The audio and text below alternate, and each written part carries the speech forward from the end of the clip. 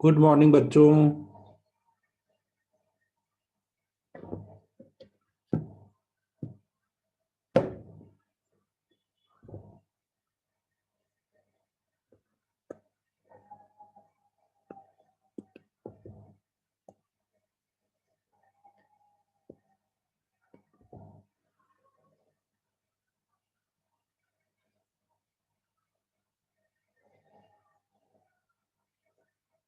Last time वाला जो problem दिया था वो कंप्लीट हो गया? ट्राई कर लिया सबने?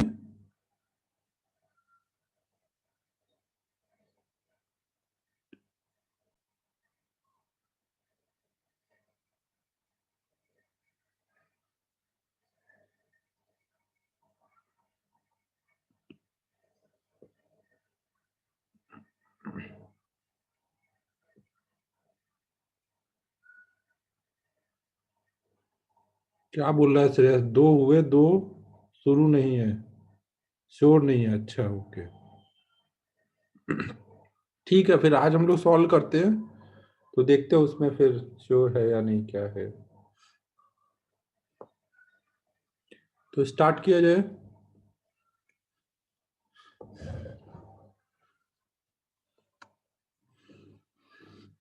देखो, लास्ट टाइम हम लोगों ने ये प्रॉब्लम दिया था कि अगर हमने कोई ऐसे स्फीयर ले लिया, इसके ऊपर कोई प्लैंक रख दिया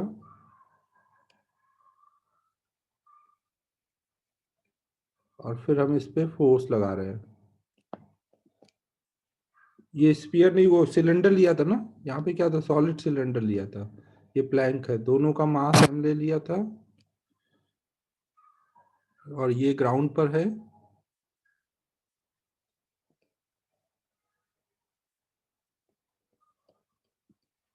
सारे सरफेस रफ है, कहीं पे स्लिपिंग नहीं हो रही है ना, हर एक जगह पे रफ सरफेस है, तो प्योर रोलिंग ही होगी।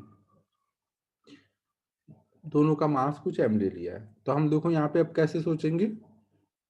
ये हम मान लेते हैं कि ये आगे को a1 एक्सेलरेशन से जाएगा, ये आगे को a2 से जाएगा और अल्फा से रोटेट करेगा ना। ये a2 से आगे जाएगा और अल्फा से रोटेट करेगा। अब देखो यहां पर ये वाला जो प्लैंक है, प्लैंक केवल क्या कर रहा है, प्लैंक केवल क्या कर रहा है, ट्रांसलेशनल मोशन। प्लैंक केवल ट्रांसलेशनल मोशन कर रहा है, तो जो केवल ट्रांसलेशनल मोशन करेगा उसके लिए केवल ट्रांसलेशनल इक्वेशन लिखेंगे ना। प्लैंक के लिए केवल ट्रांसलेशनल इक्वेशन। और सिलेंडर क्या कर रहा है, रोल कर रहा है। रोल करने वाली बॉडी के लिए हमेशा तीन चीजें करनी रहेंगी, ट्रांसलेशनल इक्वेशन, रोटेशनल इक्वेशन और पॉइंट ऑफ कांटेक्ट की इक्वेशन। यहाँ पे कितने पॉइंट ऑफ कांटेक्ट हैं, यहाँ कितने पॉइंट ऑफ कांटेक्ट हैं, दो। तो पॉइंट ऑफ कांटेक्ट में दो इक्वेशन आएंगे। ठीक है, क्लियर है। फ्रिक्शन सभी जगह सफिशिएंट प्रेजेंट है ना, तो वो स्लिप नहीं होने देगा ना, साथ साथ ही पॉइंट्स चलेंगे जो भी पॉइंट ऑफ कांटेक्ट में होंगे। तो हम मान लेते हैं यहाँ पे कि जैसे ही आपने इसको पहले खींचा, जब आप इसको खींचोगे एफ फोर्स से, तो सबसे पहले कौन चलना चाहेगा,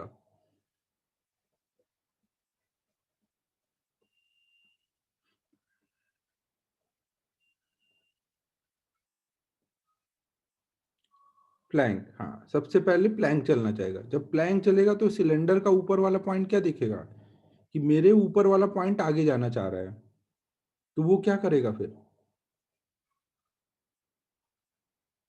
ना, वो उसको रोकना चाहेगा ना।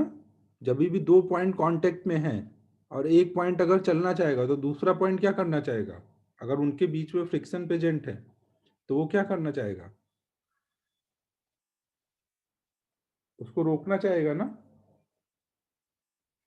तो उसके लिए वो क्या करेगा, इस पे पीछे को फ्रिक्शन लगाएगा। मान लो F1 पीछे को फ्रिक्शन लगा, तो एक्शन रिएक्शन ये इस पे आगे को फ्रिक्शन लगा देगा। जैसे ही इस पे आगे को फ्रिक्शन लगेगा, ये क्या होगा, ये आगे जाना चाहेगा और साथ में रोटेट भी होगा, क्योंकि सबसे ऊपर वाले पॉइंट पे फोर्स लगा है। F1 की वजह से ये रोटेट भी होगा, ट्रांसलेट भी होगा। तो अब ये पॉइंट चलना चाहेगा। अब ये पॉइंट आगे चलेगा या पीछे चलेगा F1 की वजह से, अभी हमें नहीं पता। हालांकि हमें पता है कि हम हाइट देख के निकाल सकते हैं, बट अभी हम मान लेते हैं, इतना दिमाग नहीं लगा रहे हैं कि ये किधर जा रहा है। हम मान लेते हैं कि भाई फोर्स आगे लगा है तो आगे जा रहा है ना, नॉर्मली जैसे सोचते हैं। तो अगर ये पॉइंट आगे जा रहा है तो इस पे फ्रिक्शन पीछे को लग रहा है। अगर हमने F2 का डायरेक्शन गलत लिया होगा तो वो निगेटिव में आ जाएगा। ठीक है, यहां तक सबको क्लियर है? अब हम लोग जो ट्रांसलेट कर रहा है उसके लिए ट्रांसलेशनल इक्वेशन, जो रोल कर रहा है उसके लिए 3 इक्वेशन लिख देते हैं ना। तो प्लैंक के लिए लिखेंगे तो क्या इक्वेशन बनेगी? प्लैंक का देखो, आगे को कैपिटल एफ फोर्स लग रहा है, पीछे को F1 लग रहा है ना। आगे को कैपिटल एफ, पीछे को F1, और ये आगे को A1 से हमने माना जा रहा है। तो इसकी इक्वेशन क्या होगी? F minus F1 equal to M into A1। Net force है F माइनस F1। तो इक्वेशन क्या हो जाएगी? F minus F1 equal to M into A1। Clear है सभी को?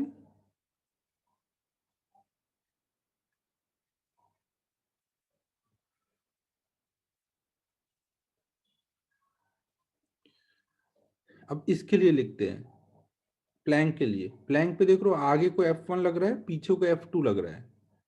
प्लैंक पे आगे को F1, सॉरी प्लैंक नहीं, सिलेंडर के लिए, सिलेंडर पे आगे को F1 लग रहा है, पीछे को F2 लग रहा है।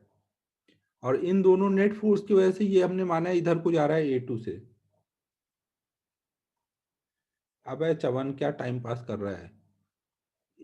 ये ज्यादा सोचने का नहीं है, बस मान ले कि प्लैंक और इनके बीच में कुछ फ्रिक्शन फोर्स है। इस पे मान ले इधर लग रहा है, इस पे एक्शन रिएक्शन इधर लग रहा है।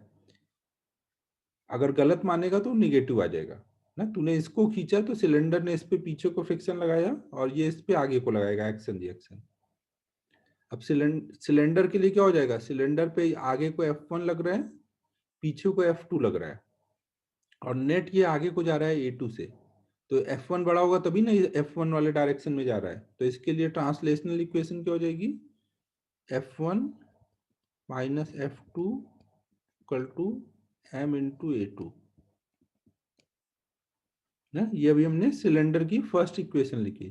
फिर सिलेंडर की सेकेंड इक्वेशन, टॉर्क इक्वेशन। तो टॉर्क कितना लग रहा है सेंटर के about? F1 into R clockwise direction में, और F2 इंटू आर ये भी क्लॉक वाइज डायरेक्शन में। तो नेट टॉर्क कितना आएगा? F1 into R plus F2 into R equal to I alpha. ठीक है, क्लियर है ये बात?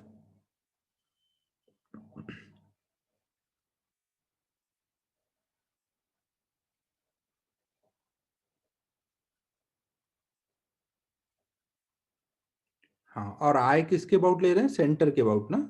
यहाँ पे आई मतलब सेंटर के अबाउट है। ये आई जो है, जब बॉडी हिंज नहीं है तो हम लोग सेंटर के अबाउट लेकर के सॉल्व कर रहे हैं।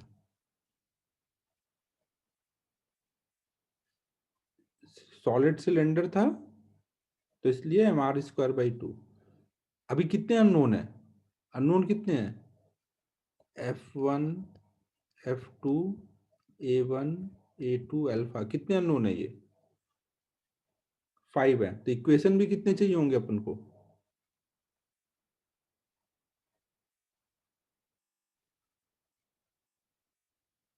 5। तो अभी तो 3 इक्वेशन आए हैं, 2 इक्वेशन अब कहाँ से आएंगे?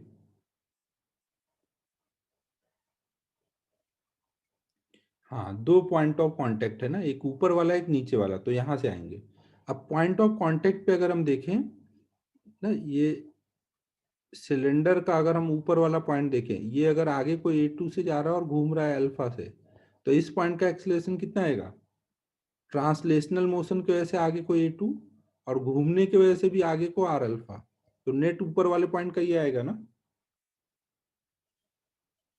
और ये किसके कांटेक्ट में है? ये ऊपर जो प्लैंक रखा है उसके कांटेक्ट में है। प्लैंक आगे को A1 से जा रहा है, तो प्लैंक के इस पॉइंट और इसके इस पॉइंट का एक्सेलरेशन सेम होना चाहिए। तो मतलब इस पॉइंट ऑफ कांटेक्ट का इक्वेशन क्या आएगा?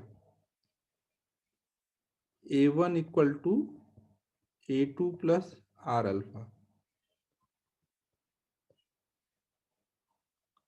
ये बात सबको क्लियर है?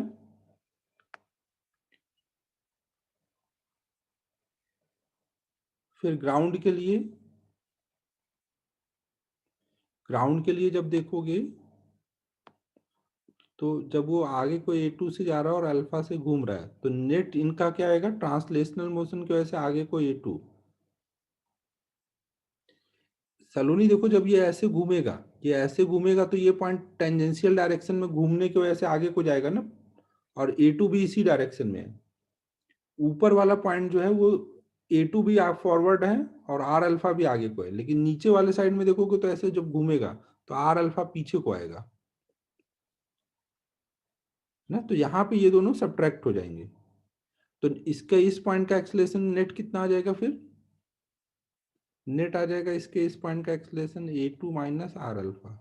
और ग्राउंड है, ग्राउंड तो रुका हुआ है, तो इस इन दोनों पॉइंट का एक्सलेशन तो सेम होना चाहिए टेंजेंशियल डायरेक्शन में ना। तो ये ग्राउंड है, ग्राउंड तो रुका हुआ है, तो ग्राउंड का एक्सलेशन तो 0 है। तो हम क्या बोलेंगे, A2 minus R alpha equal to 0 ना। जितने अननोन उतनी इक्वेशन ना, जितने अननोन उतनी इक्वेशन आ गई है। अब सॉल्विंग नहीं करूंगा ना, लास्ट टाइम ही बोला था कि अब इक्वेशन लिख देंगे, बाकी सॉल्विंग कर लेना। सॉल्व तो आराम से कर सकते हो, यहाँ से आर कॉमन करो, अल्फा की वैल्यू डालो A2 के टर्म में, ऐड वैड करो, हो जाएगा। सबको समझ आया ना कैसे करना है? जो ट्रांसलेट करेगा, सॉल्व कर लिया है।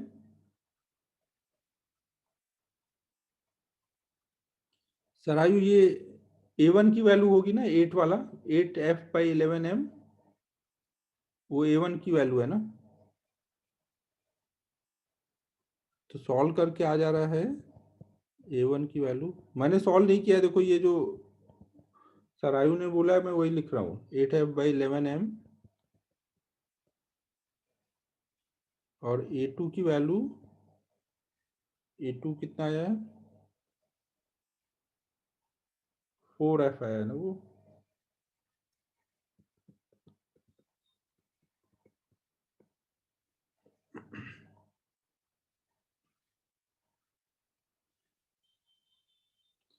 ठीक है, सबको क्लियर है?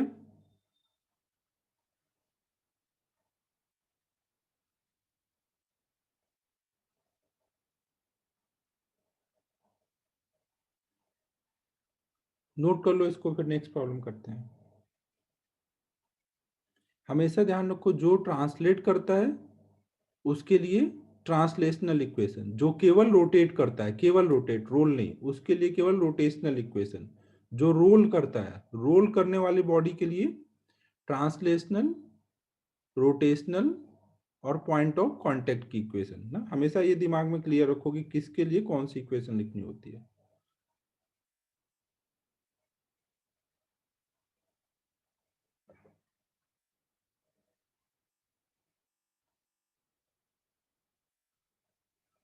नोट होने के बाद बोल देना।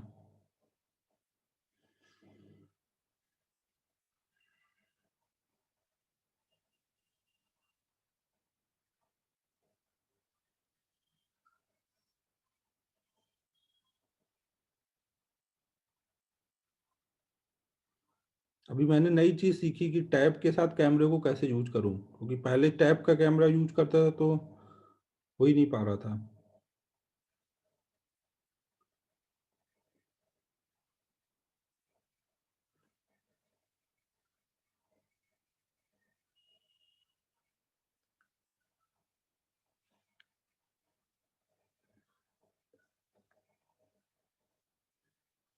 हाँ, क्योंकि वो रिकॉर्डिंग बाद में देखने में बिना वीडियो के अच्छा नहीं लगता, तो इसलिए मैंने कहा कि आज सेटिंग देखते हैं कैसे करना होगा। दूसरे टैब का कैमरा यूज कर रहा हूँ और इस टैब पे लिख रहा हूँ।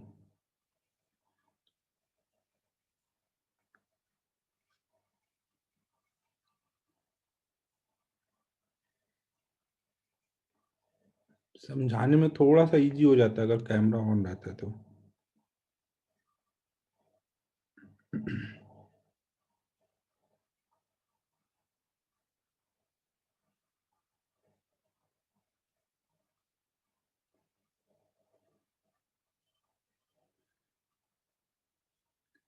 बीजेम सर को भी बताना है ये बात। ठीक है, बताता हूँ उनको भी।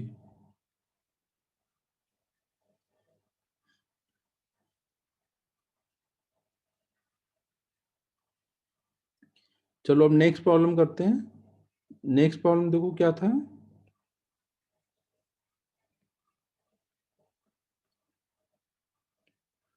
उसमें हमने एक सिलेंडर लिया और उसके नीचे उसको एक प्लैंक पे रखा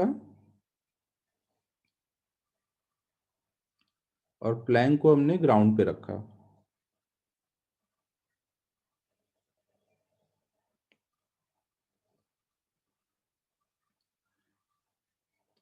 ना ऐसे हमने लिया हुआ है ना, ग्राउंड हमारा स्मूथ है लेकिन प्लैंक और सिलेंडर के बीच में फ्रिक्शन प्रेजेंट है। ये स्मूथ है और ये रफ है।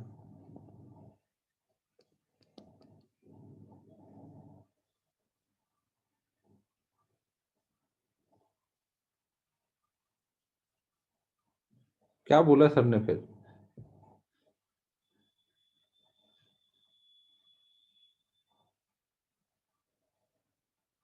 विजयम सर को पूछा क्या? अरे यार, उन्होंने खुद बताया था मुझे। वो अभी अपनी बेइज्जती नहीं कराना चाह रहे हैं बच्चों के सामने। कुछ भी। अरे सर ने तुम लोग को बताया नहीं यार। अब सर ने देखो ऐसी बात बोल दी जो कि पॉसिबल ही नहीं है। क्वाड्रेटिक तो यार कौन छोड़ता है क्वाड्रेटिक के बाद? क्वाड्रेटिक के बाद तो मैथ लोग और पढ़ने लग जाते हैं। ट्रिग्नोमेट्री बोला होता सर ने तो एक बार समझ में भी आता। सर का फिजिक्स तो थोड़ा स्ट्रांग था वैसे। बस मैकेनिक्स सर को कम आती थी, बाकी तो स्ट्रांग था। इलेक्ट्रो में भी थोड़ी थोड़ी दिक्कत रहती थी, बाकी सब सही था सर का।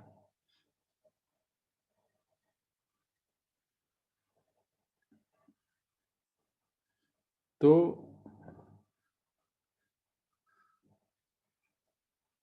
चलो देखो इधर। तो हम लोग देखो ये सिलेंडर पे।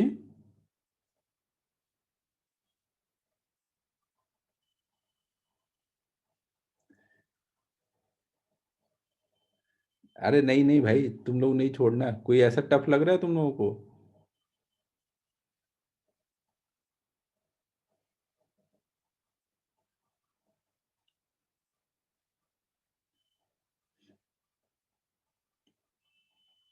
चलो देखो इधर। तो कोई टेंशन नहीं है, तुम लोग सर की बातों में नहीं आओ। सर हो सकता है मेरे से मजाक में बोले हो सकता है सर को आता हो। चलो देखो इधर।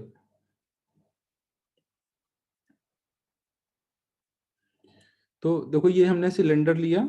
सिलेंडर के फोर्स हमने कहाँ लगाया था? इस पे लगाया था प्लैंक पे या सिलेंडर पे लगाया था? प्लैंक पे। तो यहाँ पे फोर्स लगा देते हैं, कुछ एफ फोर्स।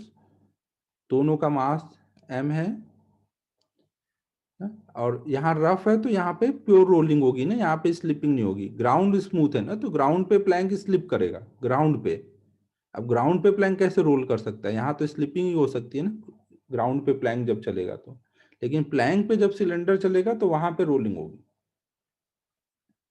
तो फिर से हम वैसे ही सोचेंगे। हम लोग मान लेते हैं कि ये आगे को A1 से जा रहा है, ये आगे को A2 से जा रहा है और अल्फा से ऐसे घूम रहा है। अब देखो सबसे पहले आपने फोर्स जो लगाया वो प्लैंक पे लगाया, तो सबसे पहले कौन चलना चाहेगा? प्लैंक चलना चाहेगा ना। जब प्लैंक चलेगा तो सिलेंडर का कांटेक्ट वाला पॉइंट प्लैंक के कांटेक्ट वाले पॉइंट को रोकेगा। तो रोकने के लिए इस पे पीछे को फ्रिक्शन लगाएगा। तो एक्शन रिएक्शन, इस पे आगे को फ्रिक्शन लगेगा ना। अब देखो आपके पास टोटल कितने अननोन है? टोटल हमारे पास अननोन कितने हैं? A1, A2, अल्फा और फ्रिक्शन। अब इस बार एक ही फ्रिक्शन है ना, तो टोटल 4 इक्वेशन चाहिए। 4 इक्वेशन कहाँ से आएंगे? 3 इक्वेशन तो सिलेंडर के लिए लिखेंगे और एक प्लैंक के लिए लिखेंगे। प्लैंक तो ट्रांसलेट कर रहा है, तो हो जाएंगी 4 इक्वेशन है। तो एकदम सिंपल है ना। अब लिख दो इन सबकी इक्वेशन। इसके लिए क्या होगा, ये आगे को A1 से जा रहा है तो F माइनस स्मॉल एफ ना, ये क्या हो जाएगा F minus small F equal to M into A1। इसके लिए जब लिखेंगे तो इस पे देखो आगे को केवल एक F लग रहा है ना, स्मॉल एफ। अबे मैंने आयुष बताया ना, जो ट्रांसलेट करता है उसके लिए केवल ट्रांसलेशनल इक्वेशन, जो केवल रोटेट करता है उसके लिए केवल रोटेशनल इक्वेशन, जो रोल करता है उसके लिए तीन इक्वेशन, तीन में तीसरा वाला एक से ज्यादा भी हो सकता है ना। ये पॉइंट ऑफ कांटेक्ट की इक्वेशन इसमें रोल सिलेंडर में काउंट करोगे ना।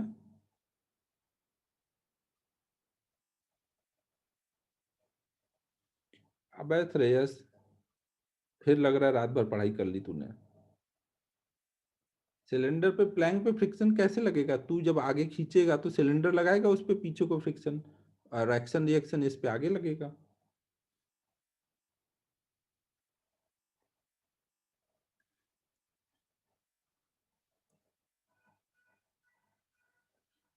अब सिलेंडर के लिए देखें अगर, तो सिलेंडर पे देखो आगे को F फोर्स लग रहा है और ये आगे को A2 से जा रहा है, तो इसके लिए क्या लिखेंगे, F equal to M into A2।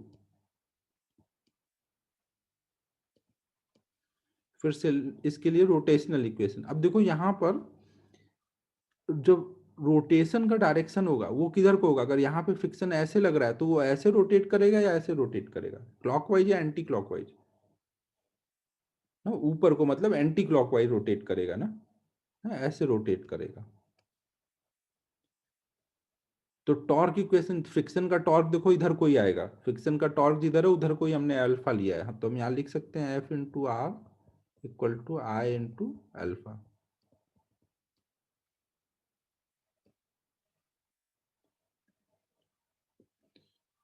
ठीक है, सही है।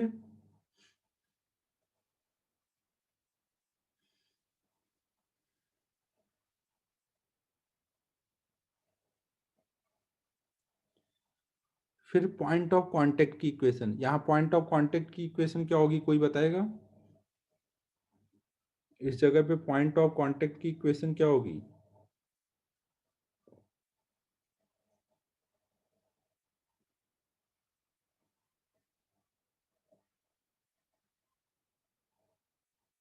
रटना नहीं है कुछ भी ना, सोच के बोलो। Very good Shreyas, very good Vedant. हम्म। हाँ ठीक है प्रथमेश। तो हम देखो क्या क्या करेंगे। हम्म। तो अब देखो हम क्या क्या करेंगे, ये A2 से आगे जा रहा है और अल्फा से घूम रहा है, तो इसका जो नीचे वाला पॉइंट होगा, ये जब A2 से आगे जाएगा तो जाने ट्रांसलेशनल मोशन की वजह से इसका आगे को एक्सलेशन A2 आएगा, प्लस वो अल्फा से ऐसे घूम रहा है, तो ऐसे घूमेगा तो घूमने की वजह से नीचे वाला पॉइंट क्या होगा, आगे को आएगा ना। इस बार ऐसे घूम रहा है ना, तो दोनों का कंबाइन क्या होगा, A2 प्लस आर अल्फा आगे को। और प्लैंक देखोगे तो प्लैंक क्या, जो कांटेक्ट पॉइंट होगा वो भी प्लैंक के साथ आगे जा रहा होगा, प्लैंक A1 से आगे जा रहा है तो प्लैंक का कांटेक्ट पॉइंट भी आगे को A1 से जा रहा होगा ना। तो ये वाले का A2 प्लस आर अल्फा, इसका A1, और दोनों आपस में इक्वल होंगे, तो हम लोग बोल सकते हैं A1 equal to A2 plus R alpha.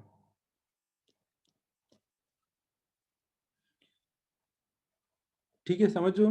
तो अब हमारे पास फोर अननोन थे, फोर इक्वेशन लिखनी थी तो लिख लिया हमने, अब बाकी आगे सॉल्विंग है वो कर लेना ना। सेंटर ऑफ मास के अबाउट यहाँ पर हमने आई लिखा है ना, आई यहाँ पे कितना होगा, हाफ mr²।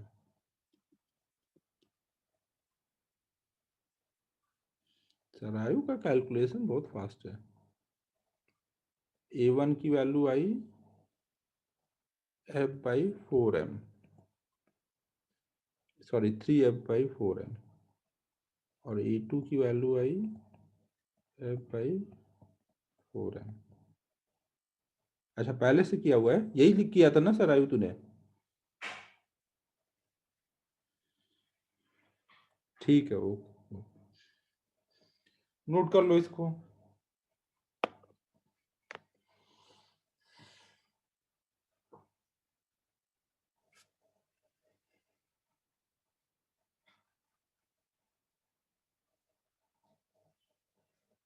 ठीक है प्रथम, वही सरायू ने लिखा हुआ है, नोट कर लो।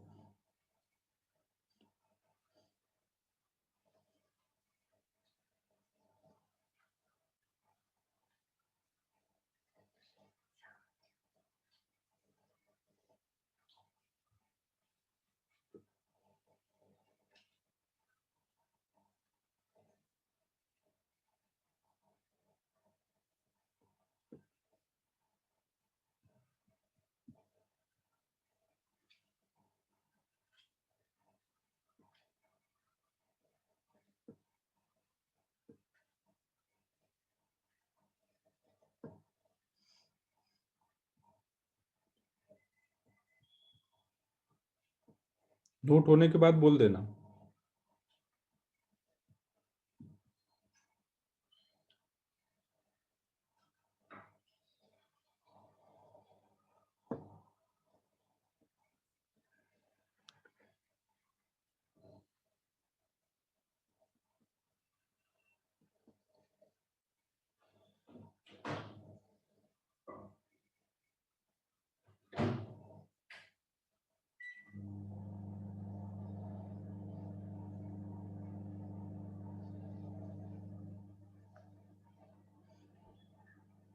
ठीक है, अब नेक्स्ट प्रॉब्लम करते हैं।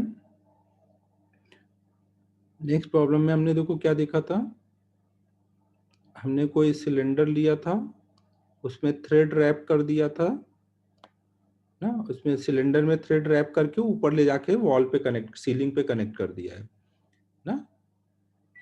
यहाँ पे सफिशियंट थ्रेड पे फ्रिक्शन प्रेजेंट है, तो ये कोई भी स्लिपिंग नहीं होगी ना, ये थ्रेड अनरैप होगा और ये नीचे को गिरेगा। तो हमें अभी ये कितने से एक्सेलरेशन से नीचे को जाएगा ये निकालना है।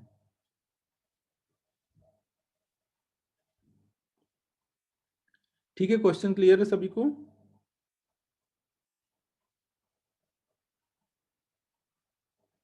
तो हम यहाँ पे अब देखो क्या सोचेंगे, ये मान लो ए से इधर को जा रहा है, और यहाँ पे देखो रोटेट किधर को होगा, ऐसे क्लॉकवाइज रोटेट होगा या एंटी क्लॉकवाइज रोटेट होगा? ये anti clockwise. Clockwise, very good. Clockwise क्यों रोटेट हो रहा है? क्योंकि देखो यहाँ पे जो फोर्स लगेगा, टेंशन ऐसे लगेगा ना, टेंशन ऐसे लगेगा तो वो सेंटर के अबाउट ऐसे टॉर्क लगाएगा ना, ऐसे टॉर्क लगेगा तो ये क्लॉकवाइज घूमेगा।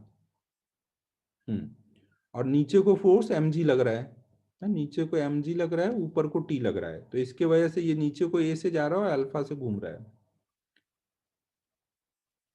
ना। और यहाँ पे अननोन देखो क्या क्या है, a है, अल्फा है और t है, ये तीन अननोन है यहाँ पर। तो अब इक्वेशन लिख देते हैं, नीचे को mg लग रहा है, ऊपर को t लग रहा है, और ये नीचे को a से जा रहा है ना।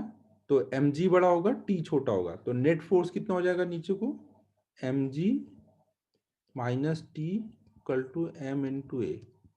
ये फर्स्ट इक्वेशन हो जाएगी।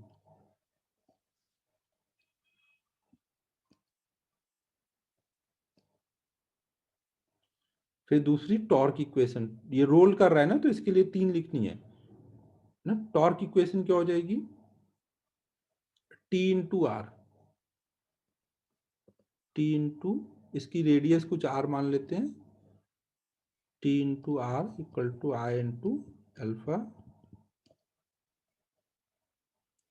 और तीसरी पॉइंट ऑफ कांटेक्ट की इक्वेशन, देखो ये जो थ्रेड के पॉइंट है, ये थ्रेड के पॉइंट, ये पॉइंट सब क्या है, चल रहे हैं, रुके हुए हैं? थ्रेड के जो भी पॉइंट्स हैं ये सब रुके हुए हैं ना, बस नई थ्रेड खुल के आ रही है, थ्रेड चल नहीं रही है, ध्यान रखना, थ्रेड के पॉइंट सब रुके हुए हैं। तो यहाँ पे जो थ्रेड होगा, थ्रेड का पॉइंट होगा, वो भी रुका होगा ना, थ्रेड का यहाँ वाला जो पॉइंट होगा वो भी रुका हुआ होगा ना, बस नई थ्रेड खुल के आती जा रही है ना, थ्रेड के पॉइंट सब रुके हुए हैं। तो आप यहाँ पे क्या करोगे, जब ये नीचे को ए से जा रहा है ना, और अल्फा से ऐसे घूम रहा है, तो ट्रांसलेशनल मोशन की वजह से ये नीचे को ए से जा रहा है, और रोटेशनल मोशन कैसे, ऊपर को आर अल्फा से जा रहा है, और थ्रेड वाला जो पॉइंट है वो रुका हुआ है, तो इसका acceleration A minus R alpha बराबर 0 के करोगे ना, ए माइनस आर अल्फा बराबर 0।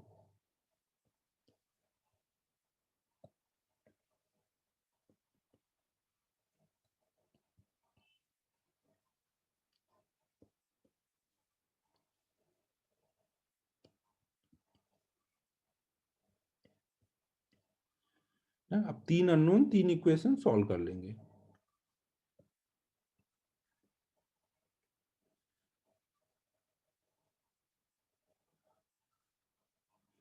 तो आंसर आ जा रहा है इससे, टी की वैल्यू mg/3 और ए की वैल्यू आ जा रही है 2g/3।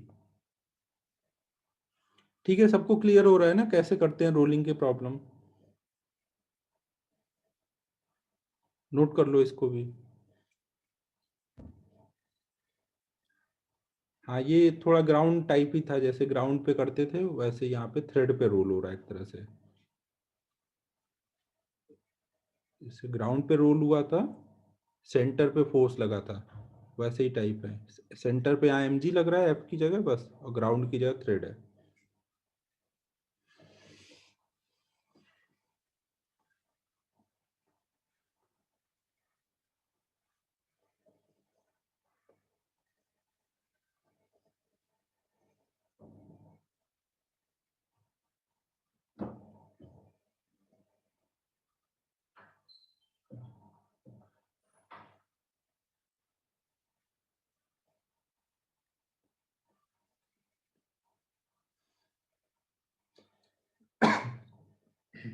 सॉरी।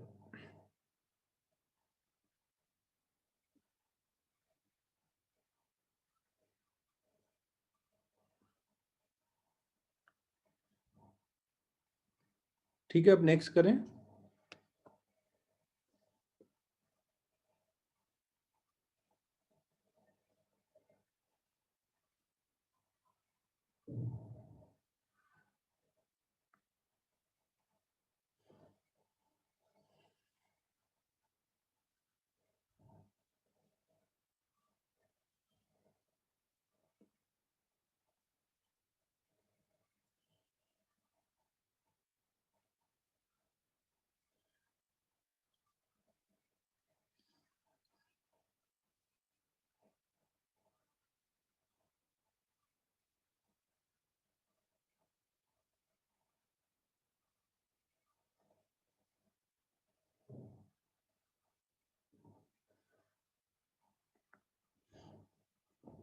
फिर नेक्स्ट प्रॉब्लम देखो क्या दिया था।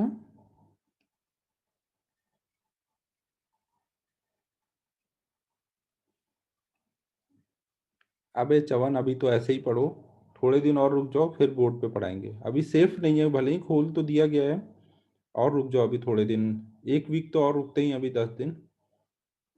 सबका पहले देख लेते हैं कि क्या चल रहा है, सबको देख के फिर डिसाइड किया जाएगा।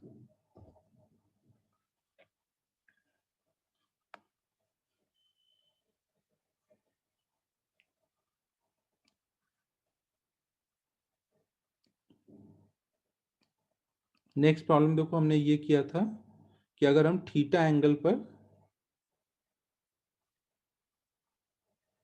हाँ कुछ कुछ क्लासेस स्टार्ट हुए हैं, सो हम इसीलिए हम लोग अभी वेट कर रहे हैं, बाकी लोग कैसा करेंगे उस हिसाब से फिर हम लोग करेंगे। जल्दीबाजी नहीं करते हैं, क्योंकि बीमार पड़े तो ज़्यादा टाइम वेस्ट होगा उसमें। तो देखो, हमने नेक्स्ट क्लास में एक ये प्रॉब्लम दिया था ना कि कोई, ये क्या था, सिलेंडर बोला था स्फीयर बोला था? सॉलिड स्फीयर है, रफ इंक्लाइन प्लेन है, ये रफ है, सो दैट कि यहाँ पे रोलिंग ही होगी, स्लिपिंग नहीं होगी।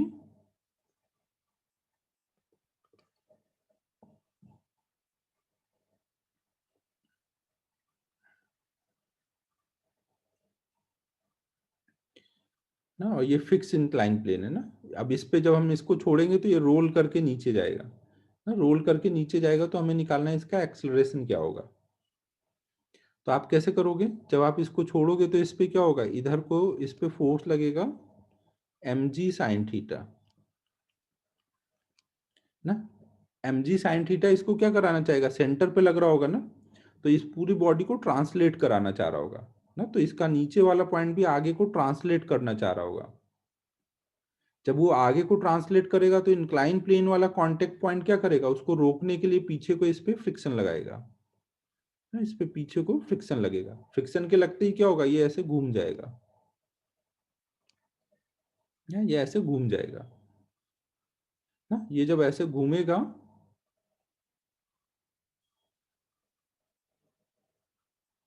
ना, तो ठीक है, अब इक्वेशन लिखते हैं ना। तो अब देखो यहाँ पे ट्रांसलेशनल इक्वेशन क्या हो जाएगी, नीचे के डायरेक्शन में mg साइन थीटा लग रहा है ना। ये हमने मान लिया कि ये आगे को, ये इसका, ये आगे को a से जा रहा है और अल्फा से घूम रहा है ना, तो mg sine theta minus F equal to M into A. ये हमारी ट्रांसलेशनल इक्वेशन होगी। रोटेशनल इक्वेशन क्या हो जाएगी, F into R equal to I alpha. और पॉइंट ऑफ कांटेक्ट की इक्वेशन, इस पॉइंट ऑफ कांटेक्ट की इक्वेशन क्या आएगी, ये जब ऐसे आगे को ए से जा रहा है तो ये पॉइंट भी आगे को ए से जा रहा है, और ऐसे घूमने की वजह से ये पॉइंट पीछे को आर अल्फा से जा रहा है, तो नेट इस पॉइंट का एक्सलेशन कितना आएगा, ए माइनस आर अल्फा। और ग्राउंड वाला पॉइंट तो रुका हुआ है ना, इंक्लाइन प्लेन का पॉइंट तो रुका हुआ है, तो A minus R alpha equal to आ जाएगा 0 ना। इनको सॉल्व कर लेंगे, सॉल्व करोगे तो ए की वैल्यू कुछ आ जाएगी G sine theta M G sine theta upon में M plus I by R square है ना, ऐसे कुछ आ जाता है। नहीं, अब आई की वैल्यू डाल देना 2/5 mr², तो ए की वैल्यू आ जाएगी, आई यहाँ डालेंगे, सॉलिड स्फीयर है तो 2/5 mr², तो ए की वैल्यू आ जाएगी 5g साइन थीटा बाई 7।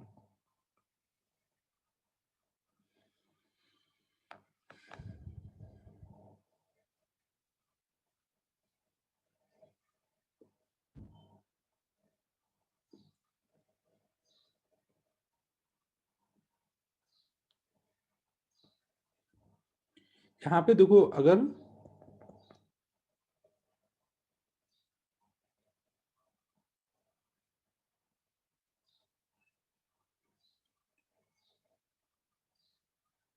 नहीं नहीं श्रेयस, कोई फॉर्मूला यहाँ याद नहीं करना है रोलिंग में ना, रोलिंग में बस आपको इक्वेशन लिख के ही करना है।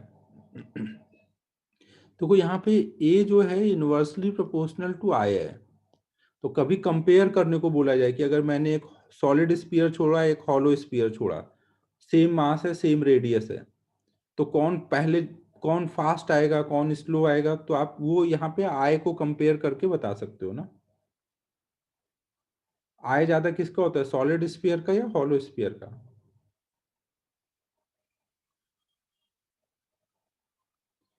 ना आई हॉलो का ज्यादा होता है ना, तो जब हम ऊपर से छोड़ेंगे तो जिसका आई ज्यादा होगा उसका ए कम हो जाएगा ना।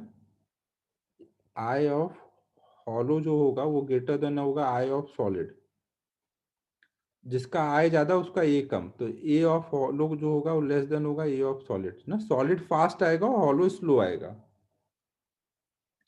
और अगर यहाँ टाइम कैलकुलेट किया जाए नीचे आने में, किसको ज्यादा टाइम लगा, किसको कम टाइम लगा, जो फास्ट आएगा उसको ज्यादा टाइम लगेगा, कम टाइम लगेगा,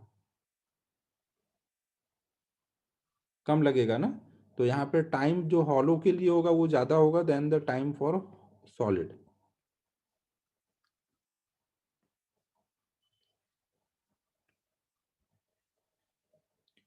ठीक है, ऐसे आपको ऑर्डर पूछे जाएंगे ना, कि कई सारे बॉडी रख दिए, solid sphere, cylinder, disc, ring, कई सारे रख देंगे, पूछेंगे टाइम बताओ कौन पहले आएगा कौन बाद में आएगा, ऑर्डर अरेंज करो, तो यही देख करके आप अरेंज कर दोगे। आय का ऑर्डर लिखो, आय का ऑर्डर देख करके एक ऑर्डर लिखो, एक ऑर्डर देख करके टाइम का ऑर्डर लिख दो। ठीक है, सबको क्लियर है, ऐसे कर देंगे।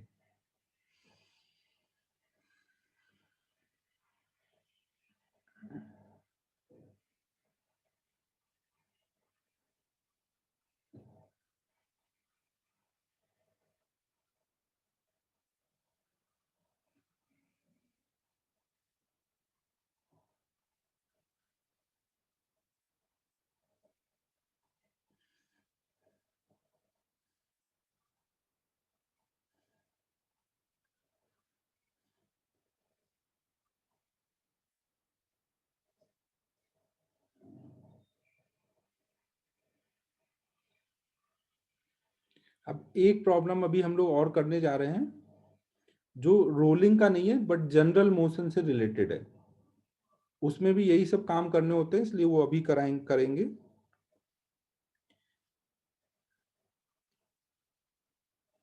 देखो, जैसे मान लो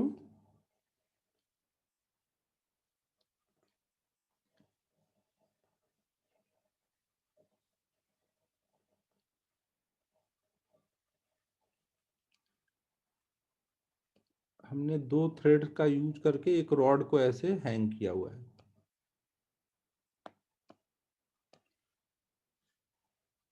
ये रॉड का मास m है, लेंथ l है।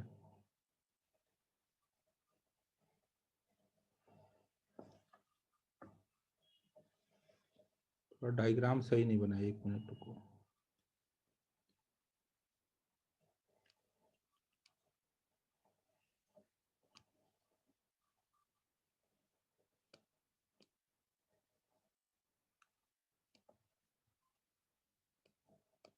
एक m मास और l लेंथ का ऐसे हमने रॉड लिया और उसको हैंग कर रखा है 2 स्ट्रिंग से ना। दोनों स्ट्रिंग एंड पे लगा हुआ है ना, ये जो बाहर निकला है वो नेग्लिजिबल है ना, एंड पे लगा हुआ है। अब अगर हम अचानक से इसको कट कर देते हैं, तो जैसे ही हम कट करेंगे हमें बताना है कि इसका जो सेंटर होगा रॉड का, वो किस एक्सेलरेशन से नीचे को जाएगा और इधर वाले स्ट्रिंग में तुरंत क्या टेंशन आएगा ना। किस इंस्टेंट की बात हो रही है? जैसे ही हमने कट किया उसी इंस्टेंट की बात हो रही है। क्वेश्चन क्लियर है ना? मैं लिख भी देता हूं, find ACM and tension in left string when right string just cut। Try करो सभी।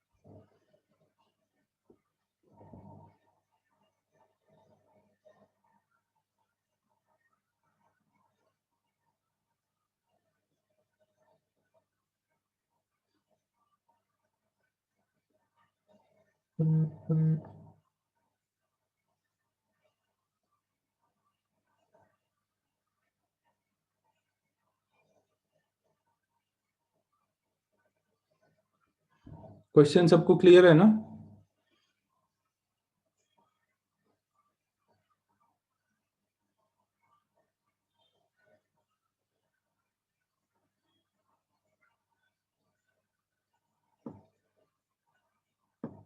सही लग रहा है।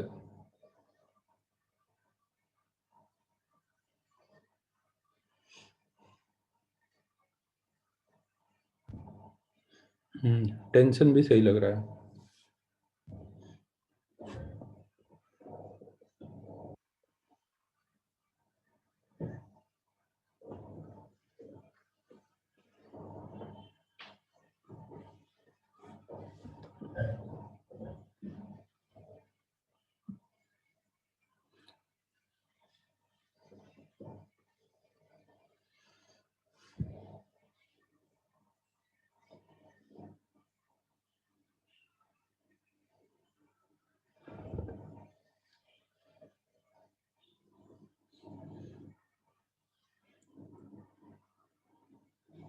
प्रथम का सही लग रहा है मेरे हिसाब से सर। आयु चेक करते हैं अभी।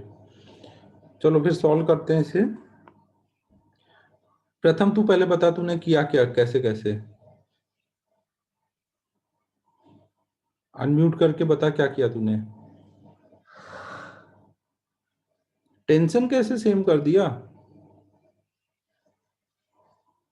टेंशन तो तुरंत चेंज होगा ना, टेंशन बताया है ना मैंने कि तुरंत चेंज हो सकता है। स्प्रिंग होता तो तुरंत चेंज नहीं होता ना, टेंशन तो तुरंत चेंज हो सकता है। कट करने के बाद का टेंशन टी है, कट करने के पहले टेंशन कुछ और रहा होगा।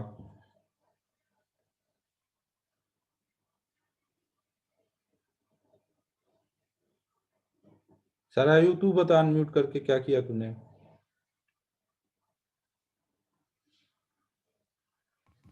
हाँ सर, एंड को हिंज मतलब टेंशन जिस एंड पे है उसको हिंज काउंट करके mg से टॉर्क निकाला। अच्छा हाँ, उससे ठीक है अल्फा आया। और ठीक है ठीक है ठीक हाँ है। तो तूने तो प्योर रोटेशनल मोशन बना दिया इसको। सर, और mg माइनस टी को ACM लिया, और ACM सेंटर पे लगता है ना, तो उससे हाँ अल्फा यूज निकाला और दोनों अल्फा को इक्वेट किया। उसकी तो नहीं कोई जरूरत थी, जब तूने टॉर्क ही यहाँ के अबाउट ले लिया था तो अल्फा तो तेरा पहले ही आ चुका होगा ना। अल्फा आ चुका है तो तू रोटेशनल का मोशन यूज करके ACM equal to R alpha से एसीएम निकाल लेगी। हाँ ठीक है, वही किया है लगभग तूने। तू बोल अलग रही है, वही है लगभग। तो देखो हम लोग, ठीक है, वेरी गुड सर। अब देखो यहाँ पे क्या है, जैसे हम इसको कट करेंगे स्ट्रिंग को ना, तो तुरंत क्या होगा, ये इस पॉइंट के अबाउट घूमेगा ना, इस पॉइंट के अबाउट घूमेगा। तो इस पॉइंट के अबाउट ये केवल कौन सा मोशन कर रहा है, प्योर रोटेशनल मोशन। समझ लो सभी, ये इस पॉइंट के about pure translational sorry rotational motion कर रहा है।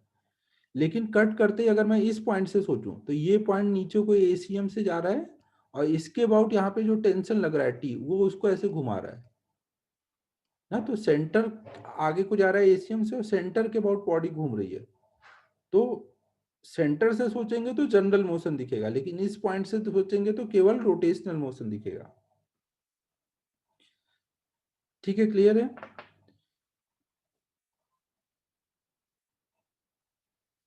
तो अब देखो यहां पर हम हमने क्या बोला हुआ है, जब भी बॉडी हिंज नहीं होगी, जैसे ये बॉडी हिंज नहीं है, ये फ्री टू मूव है ना, ये पॉइंट मूव कर सकता है इधर उधर, ऑसिलेट कर सकता है ना, ये पॉइंट स्ट्रिंग है ना यहाँ पर। तो ज्यादा बेटर क्या है, मैं यहां से सॉल्व करूं या यहां से सॉल्व करूं। ये इंपॉर्टेंट क्वेश्चन है, सब लोग ध्यान से सुनना ना।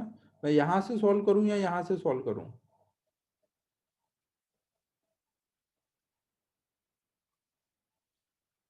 यहां से सॉल्व करना रिस्की है, क्योंकि ये पॉइंट हो सकता है एक्सेलरेशन हो सकता है ना हो एक्सेलरेशन। अगर ये पॉइंट एक्सेलरेटेड हुआ तो आपको सीडो फोर्स भी लगाना पड़ेगा सेंटर पे। अगर ये रेस्ट पर है, अगर ये पॉइंट रेस्ट पर है तो कोई दिक्कत नहीं, केवल mg का टॉर्क आएगा। लेकिन अगर ये पॉइंट एक्सेलरेट कर रहा है तो सीडो फोर्स भी लेना पड़ेगा। और सीडो फोर्स हमेशा कहाँ लगाते हैं, सेंटर ऑफ मास पर। सीडो फोर्स हमेशा कहाँ लगाते हैं, सेंटर ऑफ मास पर। तो जब भी बॉडी हिंज नहीं होगी, हमेशा ज्यादा बेटर क्या है, solve problem from centre of मास ना, कोई और पॉइंट से नहीं। क्योंकि सीडो फोर्स अगर वहां हुआ तो आपका प्रॉब्लम गलत हो जाएगा। इस प्रॉब्लम में दिक्कत नहीं आएगी, क्योंकि इस पर ये पॉइंट रुका हुआ है, इसका ए जीरो है, इसलिए यहाँ पे सही आ जाएगा। लेकिन हमेशा ध्यान रखो, जब भी बॉडी हिंज नहीं होगी तब तक हमेशा ट्राई क्या करोगे, पहली प्रायोरिटी होगी सेंटर ऑफ मास से सॉल्व करना। अगर वहां से बहुत लेंदी हो रहा है तो हम कुछ और सोचेंगे ना, बट फर्स्ट प्रायोरिटी क्या रखोगे, हमेशा सेंटर ऑफ मास से सॉल्व करना। अब ये जो मैं पॉइंट समझा रहा हूं ना, ये पॉइंट अब अगला टॉपिक आएगा हमारा, इंस्टेंटेनियस एक्सिस ऑफ रोटेशन। उसमें हम यही सीखेंगे कि कैसे हम कभी एक पॉइंट के अबाउट पूरा रोटेशन देख करके हम प्रॉब्लम सॉल्व कर सकते हैं। जैसे यहाँ पे इसके अबाउट ये पूरी बॉडी रोटेट कर रही है। तो अभी ज्यादा हम नहीं बोलते हैं इस टाइम पर, अभी बस इतना करते हैं कि अगर हम रॉड ले रहे हैं तो रॉड पे फोर्सेस क्या क्या लग रहा है, नीचे को mg, ऊपर को t ना। और इन दोनों फोर्स की वजह से क्या हो रहा है, ये नीचे को जा रहा है a एक्सेलरेशन से और सेंटर के अबाउट अल्फा से ऐसे घूम रहा है। तो हम ट्रांसलेशनल इक्वेशन क्या लिखेंगे, mg minus T equal to m into A ना। ये जनरल मोशन कर रहा है ना, ये जनरल मोशन कर रहा है, ट्रांसलेट भी कर रहा है, रोटेट भी कर रहा है। और इसका एक पॉइंट हमने स्ट्रिंग से अटैच कर दिया है, तो यहाँ पे रोलिंग की जगह कंस्टेंट मोशन आ गया कि ये पॉइंट नीचे नहीं जा पाएगा ना। रोलिंग वाला जो इक्वेशन था उसकी जगह कंस्टेंट इक्वेशन आ जाएगा कि ये पॉइंट नीचे नहीं जा सकता। दूसरा क्या लिखेंगे, T into L by two, centre of mass के अबाउट टॉर्क लिख रहे हैं ना, equal to ICM into alpha. दो इक्वेशन हुई। तीसरी इक्वेशन क्या आएगी, टी ए और अल्फा, तीन अननोन है ना, तीसरी इक्वेशन लिखनी होगी। तीसरी इक्वेशन कहाँ से आएगी, जो पीछे हम पॉइंट ऑफ कांटेक्ट की इक्वेशन बोलते थे, वो यहाँ पे क्या हो जाएगी, कंस्टेंट इक्वेशन हो जाएगी इस पॉइंट के लिए। ये पॉइंट स्ट्रिंग के साथ अटैच है ना, तो इस पॉइंट की इक्वेशन। कुछ समझ आ रहा है मैं क्या बोल रहा हूँ, बस यहाँ रूल पॉइंट ऑफ कांटेक्ट की इक्वेशन चेंज हुई है, बाकी सब वैसे ही है जैसे पहले था। अब ये पॉइंट अभी क्या है, ये स्ट्रिंग से अटैच है ना, तो ये क्या नीचे जा सकता है, ये पॉइंट नहीं जा सकता। तो अगर मैं इसका एक्सेलरेशन निकालूं तो वो क्या आना चाहिए, अगर इसका एक्सेलरेशन नीचे को निकाल रहा हूं तो वो किसके बराबर आना चाहिए, 0 के। तो इस पॉइंट का एक्सेलरेशन कितना बोलोगे, ट्रांसलेशनल मोशन की वजह से अगर ये सेंटर नीचे को ए से जा रहा है तो हर पॉइंट नीचे को ए से जाएगा, और ऐसे रोटेट करने की वजह से ये पॉइंट ऊपर को आर अल्फा से जाएगा। तो नेट इस पॉइंट का एक्सेलरेशन क्या आएगा, A minus L by two alpha ना। और ये बराबर होना चाहिए स्ट्रिंग के पॉइंट के, वो कितना होगा, 0। समझ आया सभी को, क्या नहीं समझा श्रेयस। स्ट्रिंग का देखिए जो पॉइंट इससे अटैच है वो उसका एक्सेलरेशन 0 है, तो इसका भी 0 होगा ना इस पॉइंट का। तो मैंने उस पॉइंट का एक्सेलरेशन निकाल के 0 कर दिया, बाकी वही लिखा है, जनरल मोशन हो रहा है तो translational equation, rotational equation. Unmute करके बताओ अगर अभी कुछ और नहीं समझा है तो।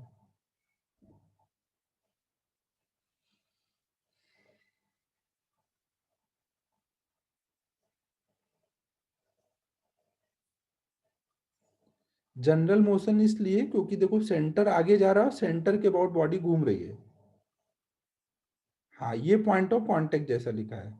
सोनाली देख, यहाँ सेंटर आगे जा रहा है, सेंटर के अबाउट बॉडी घूम रही है, तो इसलिए इसको जनरल मोशन बोलेंगे। इस पॉइंट से देखोगे तो ये जनरल मोशन केवल रोटेशनल दिखेगा इस पॉइंट से, बट सेंटर ऑफ मास से सोचोगे तो वो सीधा जा रहा है, वो मतलब नीचे को आ रहा है, सीधा तो नहीं, इस इंस्टेंट पे नीचे को है, आगे फिर घूम जाएगा। सेंटर ऑफ मास आगे जा रहा है, उसके अबाउट बॉडी घूम रही है, तो वहां से जनरल मोशन है।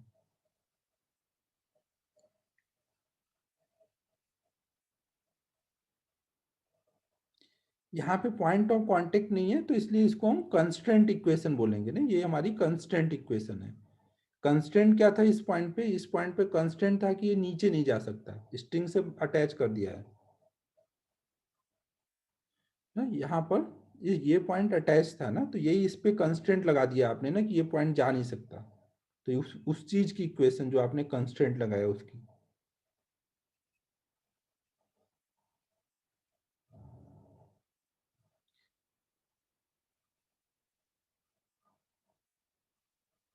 आदित्य सही से सॉल्व करिए, सही नहीं लग रहा।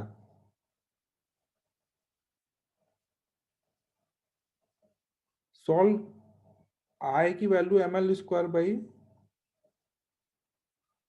ए की वैल्यू तो मैं 1 मिनट बता देता हूँ, mg/L/2 ml square by 3g/4 आ रहा है ए की वैल्यू।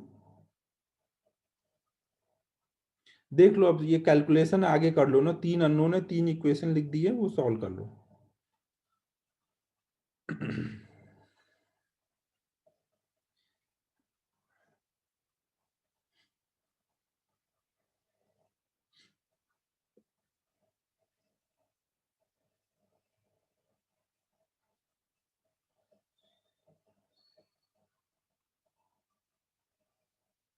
अब देखो इसी क्वेश्चन में आप रॉन्ग कर देते अगर मैं आपको क्वेश्चन ऐसे देता।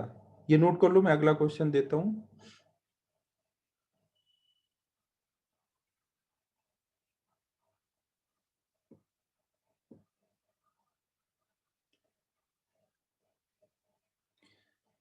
देखो यहाँ पे मैं पहले आपको दूसरे मेथड से भी करा देता हूँ। ये मेथड 1 है। अगर मैं इसको मेथड 2 से करूँ ना, तो ये क्या हो रहा होगा, अगर मैं इस पॉइंट से सोचूं तो यहाँ पे टेंशन टी लग रहा है, mg ऐसे लग रहा है।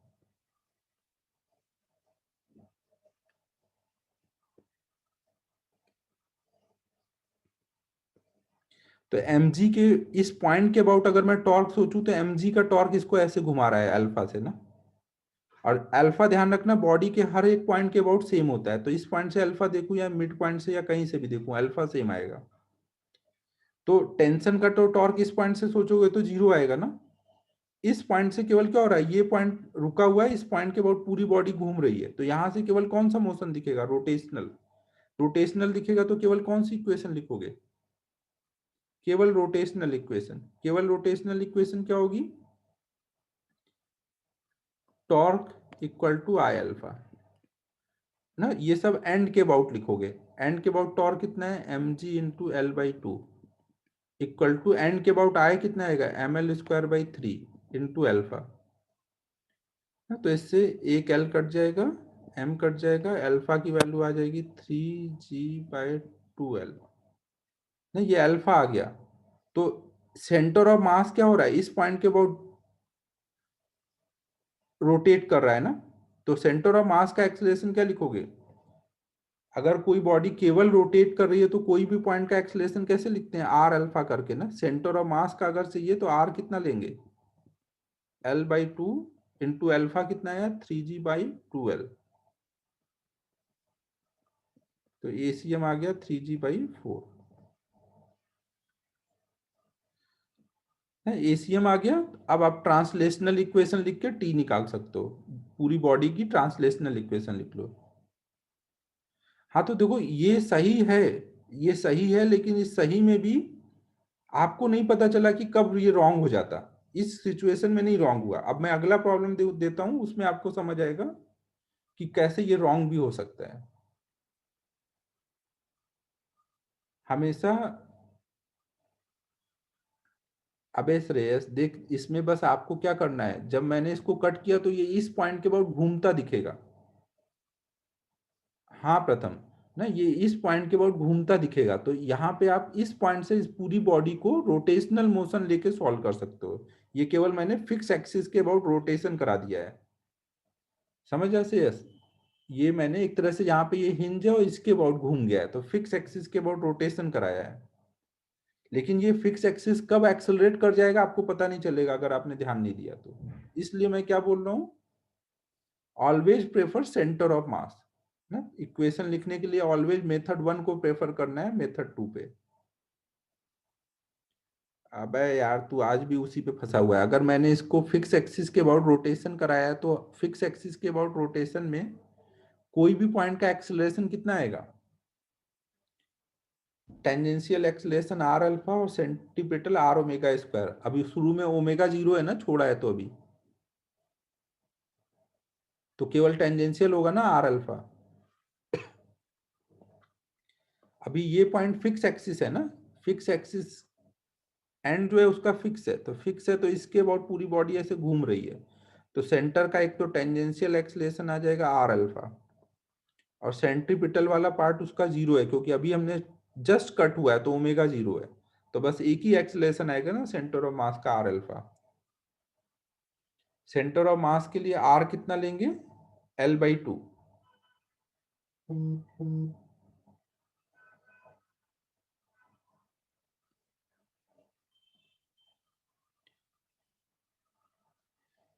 ठीक है बच्चों, यहां तक समझ आया। हाँ ठीक है, अब ये नोट कर लो। मैं अब नेक्स्ट प्रॉब्लम देता हूं तो आपको मेथड 1 की इंपॉर्टेंस समझ आएगी मेथड 2 का।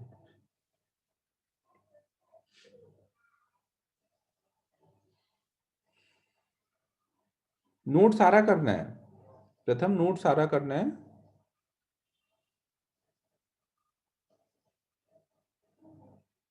हाँ, मेथड 2 भी लिखे नहीं रहोगे तो कल को फिर गलत कर दोगे ना, लिखा रहेगा। आगे मैं एक नोट भी लिखा देता हूँ तो वो याद रहेगा ना कि कहाँ पे मिस्टेक हो सकती है।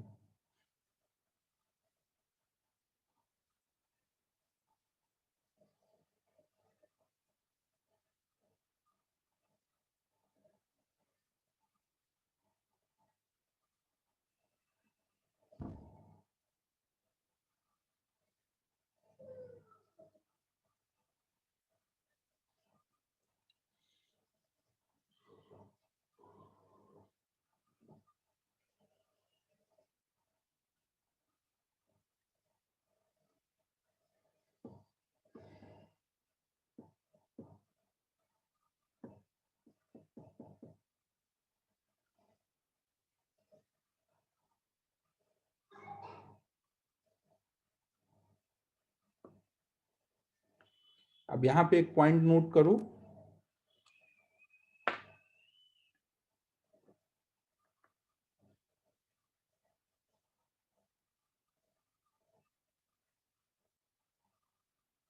मेरे को भी मैकेनिक्स हार्ड जाता था यार सिद्धेश। मैं भी अपने टाइम में रोटेशन वगैरह सब उड़ गया था मेरा, मैं भी छोड़ देता था।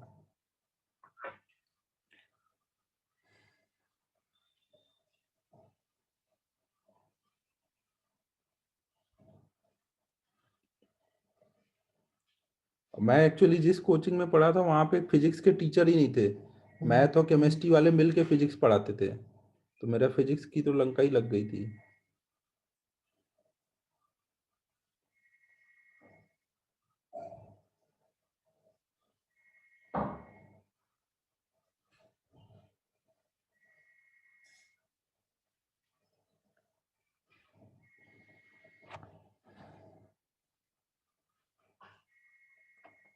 मैथ में मुझे प्रोबेबिलिटी बहुत हार्ड जाता था।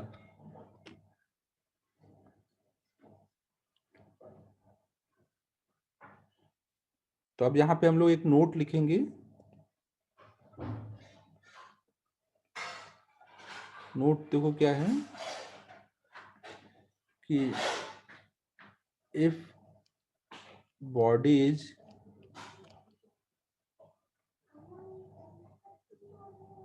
Not hinged then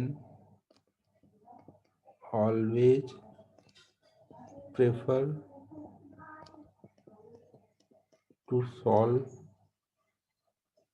from center of mass। अगर बॉडी हिंज नहीं है तो प्रेफर आपको कहां से करना है, सेंटर ऑफ मास से। कुछ एक सिचुएशन ऐसी मिल जाती है हमें जहां पे सेंटर ऑफ मास से थोड़ा लेंदी जाता है, तो हम फिर सोचते हैं कोई और पॉइंट। तो वो मैं अब आपको अभी आगे सिखाऊंगा।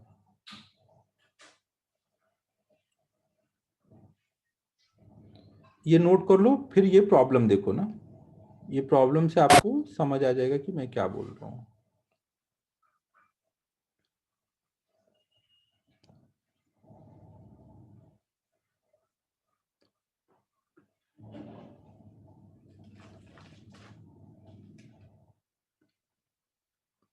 देखो इसमें ये मान लो मैंने कोई स्क्वायर प्लेट ले ली जिसकी साइड लेंथ एल है, और इसको मैंने दो स्ट्रिंग से ऐसे ऊपर अटैच कर दिया है, ये स्ट्रिंग है। अब जैसे मैं एक स्ट्रिंग को कट करूंगा तो ये क्या होगा, इसका सेंटर नीचे को जाएगा और ये अल्फा से घूम जाएगा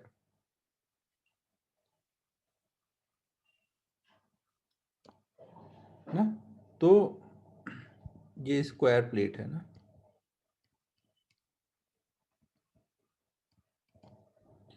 तो इस बार अगर आपने यहाँ कोई फिक्स लेके सोचा, मतलब यहाँ के अबाउट लेके सोचा, तो आपको सीडो फोर्स भी सोचना पड़ेगा, क्योंकि इस बार ये पॉइंट जो है वो रेस्ट पे नहीं है।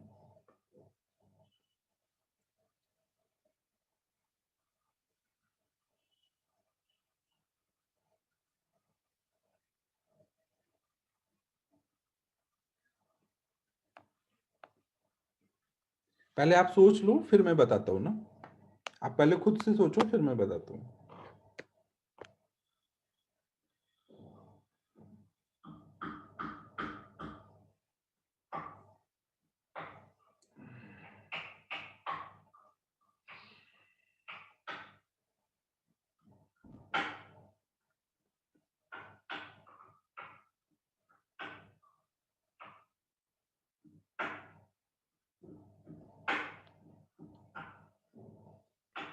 कट करने के बाद अगर टेंशन टी है तो हमें निकालना है यहाँ पे ACM कितना आएगा और स्ट्रिंग का कट करते ही टेंशन कितना हो जाएगा।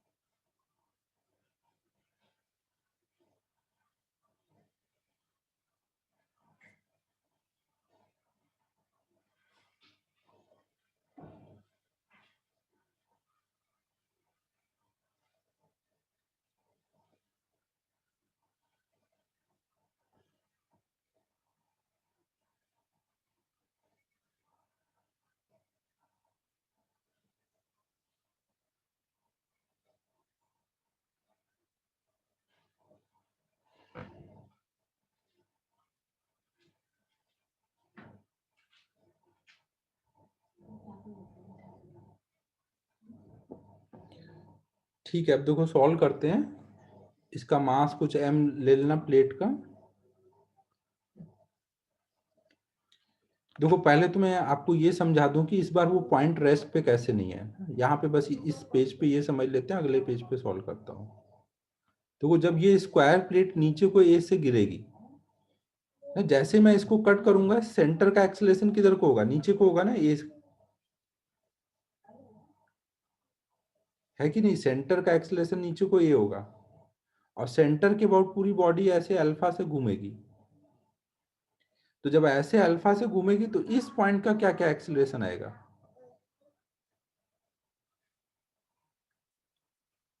इस पॉइंट का क्या क्या एक्सेलरेशन आएगा। एक तो ट्रांसलेशनल मोशन की वजह से नीचे को A, अगर ये A से नीचे जा रहा है तो हर एक पॉइंट नीचे को A से जा रहा है, और ये ऐसे घूम रहा है तो घूमने की वजह से आर अल्फा, आर किधर होगा, ये आर होगा।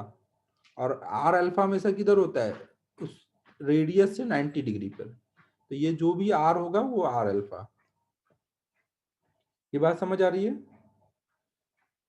ना। और ये एंगल कुछ 45 डिग्री होगा, ये 45 होगा, ये पूरा 90 है तो ये 45 होगा, ये भी 45 आएगा। तो इधर ऊपर को आर अल्फा का कंपोनेंट आएगा आर अल्फा कॉस 45, और इधर को आएगा आर अल्फा साइन 45। अब आपको पता है कि वर्टिकल में तो ये पॉइंट नीचे नहीं जा सकता, वर्टिकल में ये पॉइंट जो होगा ये नीचे नहीं जा सकता, लेकिन हॉरिजॉन्टल में तो जा सकता है ना। इस आर अल्फा साइन 45 को रोकने वाला कोई है क्या यहाँ पे, और अगर नहीं है तो वो जा सकता है, फ्री टू मूव है ना ये हॉरिजॉन्टल में, ये पॉइंट ऐसे।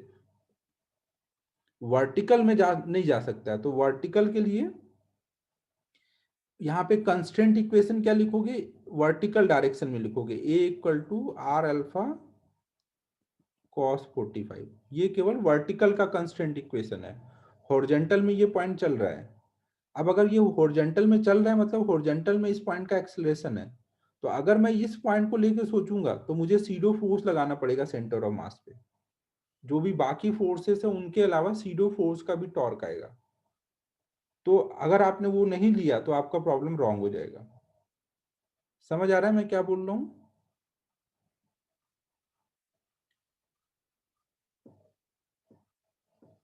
हाँ, तो हमेशा ध्यान रखो कि अगर बॉडी हिंज नहीं है तो हमेशा प्रायोरिटी क्या रखनी है आपको, कि कोई और पॉइंट लेके ना सोचना पड़े, क्योंकि उसमें कभी भी मिस्टेक हो जाएगी, हम ध्यान नहीं दे पाएंगे।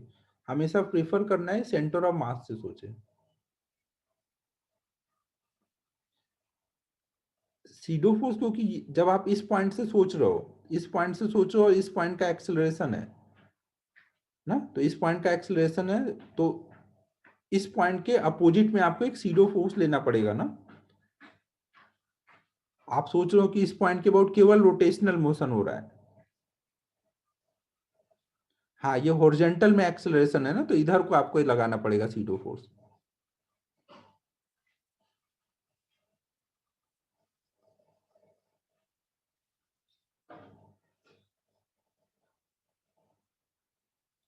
अबे टॉर्क आएगा ना भाई, ये लेंथ एल है पूरी ये, अगर हॉरिजॉन्टल में यहाँ सेंटर पे फोर्स लगाएगा तो इस पॉइंट के अबाउट टॉर्क आएगा ना, जब इस पॉइंट से सोच रहा है तो। बहुत ही बैकी बैकी बातें कर रहा है श्रेयस आज तू।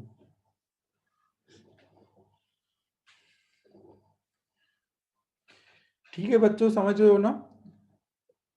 देखो मैं ये नहीं बोल रहा हूँ कि आप कोई और पॉइंट से सॉल्व ही नहीं करो, सॉल्व कर सकते हो ना, सॉल्व कर सकते हो, बट बेटर क्या है, बेटर है सेंटर ऑफ मास से सॉल्व करना, क्योंकि वहां पे सीडो फोर्स का टेंशन नहीं है कि वो लेना है। कोई और पॉइंट से करने जा रहे हो तो सीडो फोर्स भी सोचना पड़ेगा। तो मैं अब सेंटर ऑफ मास से सॉल्व कर रहा हूं ना। हाँ, सीओएम से अब सॉल्व कर रहे हैं ना। सीओएम के अबाउट ये कंस्टेंट है ना कि ये पॉइंट नीचे नहीं जा सकता, हॉरिजॉन्टल में जा सकता है, तो मैंने ये कंस्टेंट इक्वेशन लिख दी है। वर्टिकल में कंस्टेंट है ना, हॉरिजॉन्टल में कंस्टेंट नहीं है, वर्टिकल में कंस्टेंट है, तो यही कंस्टेंट इक्वेशन है। और ये आर कितना होगा, ये पूरा डायगोनल कितना होगा, √2L ना, तो आर कितना हो जाएगा उसका आधा, L/√2।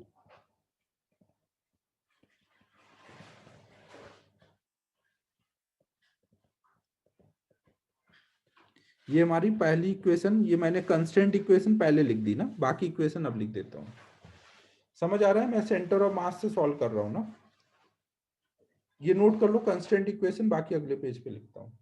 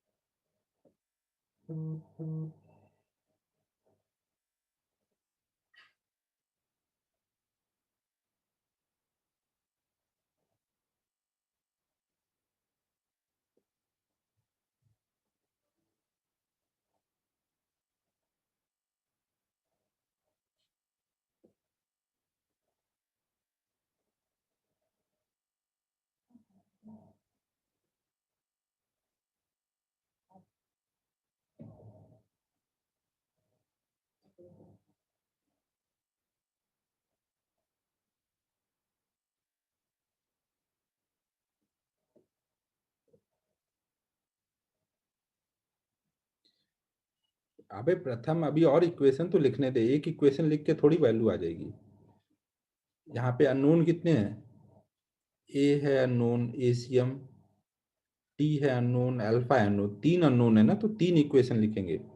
तो तीन इक्वेशन क्या क्या होगी, ट्रांसलेशनल, रोटेशनल और कंस्टेंट इक्वेशन। कंस्टेंट यहाँ वर्टिकल में थी, तो वर्टिकल कंस्टेंट इक्वेशन लिखिए। ये कंस्टेंट इस बार पहले लिख दिया है, अब बाकी दो इक्वेशन लिखूंगा, तीनों को सॉल्व करके ये आएगा।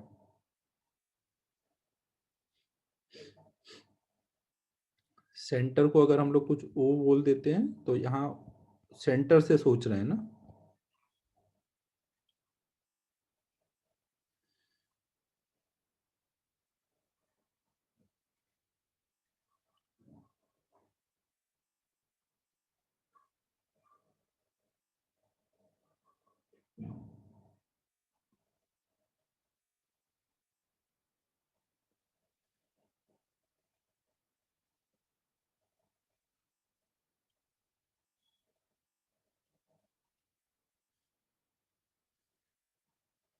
नोट होने के बाद बोल देना।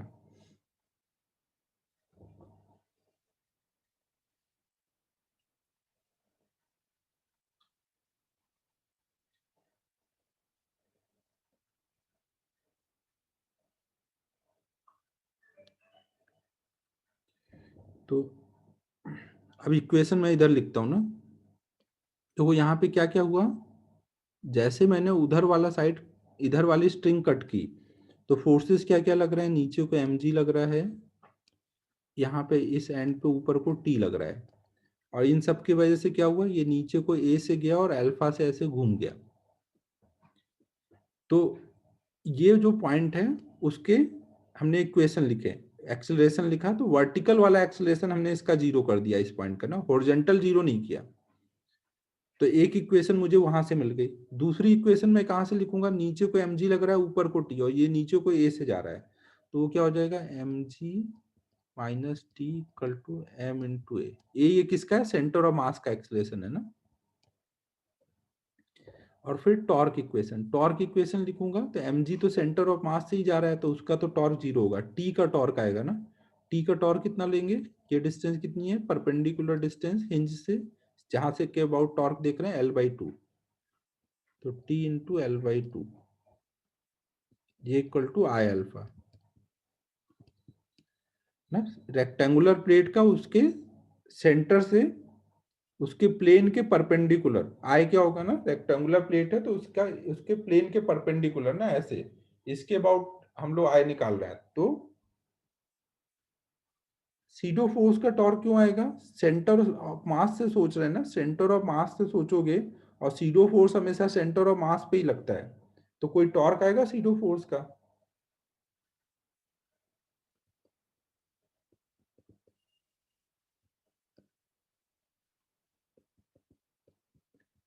रेक्टेंगुलर प्लेट वाले में, रेक्टेंगुलर प्लेट का याद है जो आई का फॉर्मूला था, हाँ सीडो फोर्स हमेशा सेंटर ऑफ मास पे लगता है, तभी तो सीओएम से सॉल्व करने का फायदा है। ए और बी यहाँ पे दोनों एल है ना, यहाँ पे ए और बी दोनों एल है, तो ये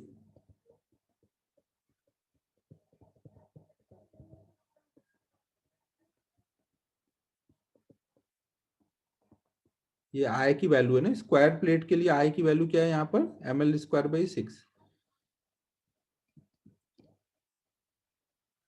पहली इक्वेशन पीछे लिख दी थी, ये दूसरी है, ये तीसरी है, एक मिनट।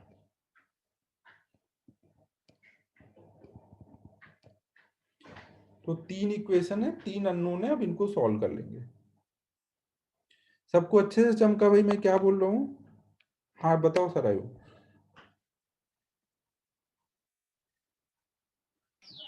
सर आप बोल रहे थे कि स्यूडो फोर्स सेंटर ऑफ मास पे लगेगा, हाँ लेकिन इसमें स्यूडो फोर्स लगेगा ही क्यों, ये नहीं, कौन सा जैसे ये सेंटर ऑफ मास भी एक्सेलरेट कर रहा है ना, हाँ अगर कोई भी पॉइंट जहां से आप सोच रहे हो, अगर वो पॉइंट एक्सेलरेट कर रहा है तो आप वहां पर सीडो फोर्स लोगे, लेकिन यहाँ पे उसकी कोई जरूरत ही नहीं है, सेंटर ऑफ मास पे ही सीडो फोर्स लगेगा ना। तो टॉर्क लेने में जब हम टॉर्क इक्वेशन लिखते हो तो हम क्या सोचते हैं कि वो पॉइंट रुका हुआ है, उसके अबाउट बॉडी घूम रही है, जब हम टॉर्क लिखते हैं। हाँ तो जब अगर ये पॉइंट एक्सेलरेट कर रहा है तो फिर हमें सीडो फोर्स लगा के टॉर्क लिखना पड़ेगा ना, तो सीडो फोर्स भी इसी पे लगेगा, तो उसका टॉर्क आएगा ही नहीं। लेकिन जब हाँ हम समझा सर। इक्वेशन लिखेंगे तो उस टाइम पर आ जाएगा। सर तो मतलब फ्रेम ऑफ रेफरेंस यहाँ पे वो प्लेट ही है और उसका स्यूडो फोर्स खुद के सेंटर ऑफ मास पे लगेगा, हाँ ऐसे। हाँ। Okay sir. तो अब सिंपल लैंग्वेज में ज्यादा कॉम्प्लिकेट नहीं करना है, आपको क्या ध्यान रखना है कि हमेशा आपको सेंटर ऑफ मास से ही सॉल्व करना है, अगर कोई और जगह से सॉल्व करना है तो वो मैं आगे आपको बताऊंगा कि कब ऐसा आप करो, अदरवाइज आपको हमेशा प्रेफर करना है सीओएम से सॉल्व करना, वहां से कोई सीडो फोर्स वगैरह का झंझट नहीं होगा। नॉर्मल ट्रांसलेशनल इक्वेशन लिखो, रोटेशनल इक्वेशन लिखो, पॉइंट ऑफ कांटेक्ट की इक्वेशन लिखो।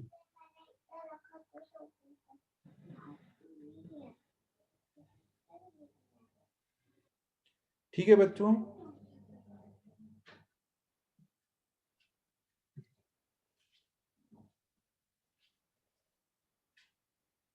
हाँ ये ए मतलब एसीएम है, वो हमने निकाला है, ए मतलब एसीएम, ये एसीएम को ये लिखा हुआ है।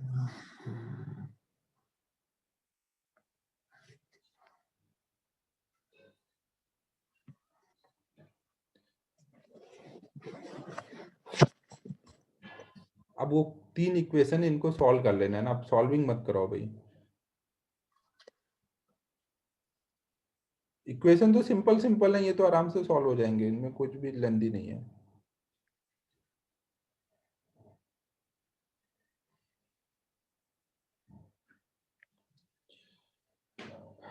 तो अब देखो हम लोग अब नेक्स्ट क्या समझने जा रहे हैं, हमने देखो एक चीज ये समझ ली कि कई बार ऐसा हो रहा है कि बॉडी जनरल मोशन कर रही है बट किसी पॉइंट से वो केवल रोटेशनल दिख रही है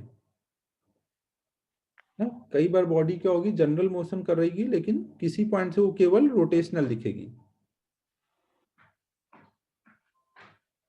तो हम लोग अब नेक्स्ट टॉपिक देखने जा रहे हैं, इंस्टेंटेनियस एक्सिस ऑफ रोटेशन। हाँ करो श्रेयस। सर मैंने ये ऐसे कुछ इससे नहीं किया था स्यूडो फोर्स से, फिर भी आंसर तो सेम ही आया ना उससे। भाई अगर तूने नहीं किया तो सेम कैसे आ सकता है, तूने या तो कुछ गड़बड़ किया होगा।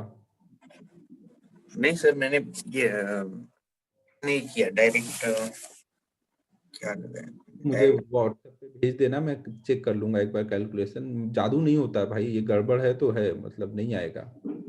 हाँ बिना सीडो फोर्स का टॉर्क लिए नहीं आएगा, अगर सीडो फोर्स का टॉर्क ले लेगा तो आ जाएगा। हाँ सर, वैसे वो गलत ही है सर, क्योंकि मैंने आर की वैल्यू ही अलग ली। हाँ वही, कुछ तो गड़बड़ किया होगा। तो अब देखो हम लोग नेक्स्ट ये समझने जा रहे हैं, कि कब पूरी की पूरी बॉडी किसी एक पॉइंट के बाद घूमती दिख सकती है। जैसे इस सिचुएशन में तो सिंपल था तो आपको दिख गया, कई बार उतना सिंपल नहीं होगा कि कहाँ पे हम। तो यहाँ पे एक चीज समझो, जैसे इस प्रॉब्लम में हमें दिख गया कि ये वाला जो पॉइंट है इसके बाद पूरी बॉडी केवल रोटेट कर रही है। अगर केवल रोटेट कर रही है तो सॉल्विंग इजी हो गया था ना। तो अगर हमें ये समझ आ जाए कोई भी जगह पर कि पूरी बॉडी किस पॉइंट के अबाउट केवल रोटेट कर रही है, पूरी बॉडी किस पॉइंट के अबाउट केवल रोटेट कर रही है, वो बॉडी एक्सेलरेट, तो थोड़ा अपना काम आसान हो जाता है। तो अब हम लोग नेक्स्ट ये देखने जा रहे हैं कि वो पॉइंट पहले तो होता क्या है और उसको कैसे हम पता करते हैं। उससे थोड़ा अपना काम आसान हो जाता है। तो हमारा अब नेक्स्ट टॉपिक होगा IAR। अब वही ये 5 मिनट बचा है, उसमें तो वो नहीं हो पाएगा, तो अब नेक्स्ट क्लास में ही करेंगे। तब तक एक बेसिक सा प्रॉब्लम करा देता हूँ, अभी बाय नहीं, एक बेसिक प्रॉब्लम कर लेंगे।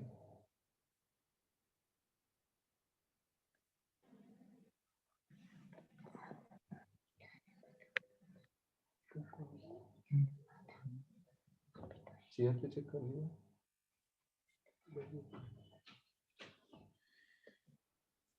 एक एकदम बेसिक सा प्रॉब्लम कर लेते हैं। मान लो एक इंक्लाइन प्लेन है, थीटा इंक्लिनेशन है, इस पे हमने एक छोटा सा स्फीयर रखा है, इसका जो रेडियस है ये सॉलिड स्फीयर है ना। इस स्फीयर का जो रेडियस है ये इसके हाइट के कंपैरिजन में नेग्लिजिबल है। Height is very very greater than R. अगर हम इसको यहाँ से छोड़ेंगे और ये रोल करता हुआ नीचे को आ रहा है, तो जब ये नीचे पहुंचेगा तब उसकी स्पीड कितनी हो चुकी होगी ये निकालना है।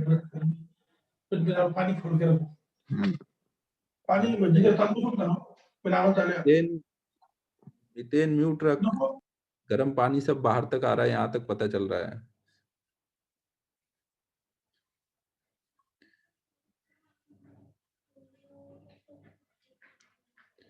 तो यहाँ पे देखो सॉलिड स्फीयर ऊपर से रोल करके जा रहा है ना, ये जो इंक्लाइन प्लेन है वो सफिशिएंट रफ है।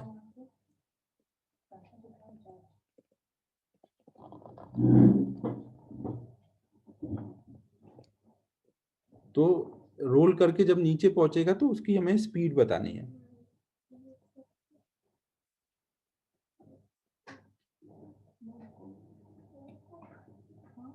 क्वेश्चन सबको समझ आ गया है?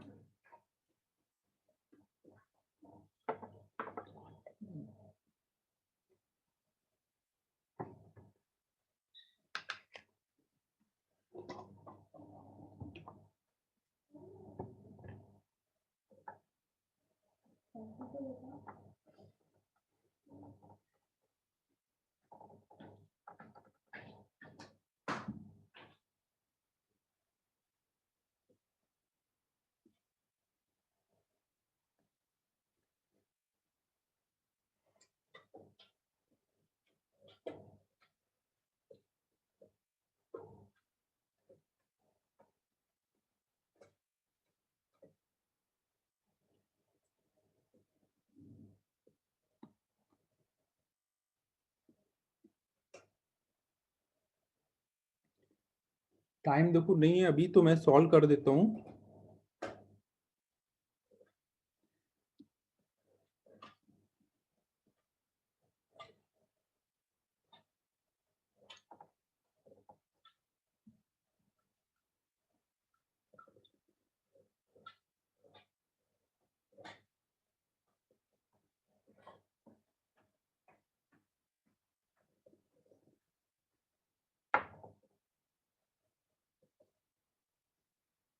हाँ आदित्य, COE यूज करना है।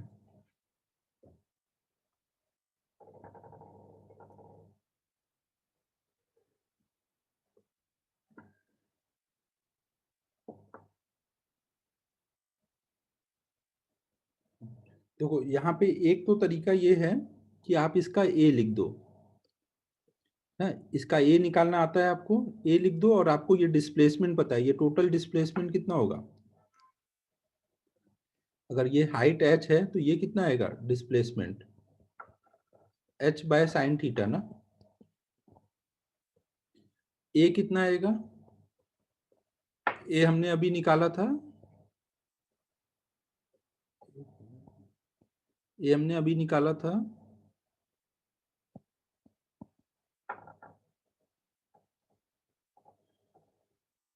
mg sine theta over m plus I by R square आया था ना।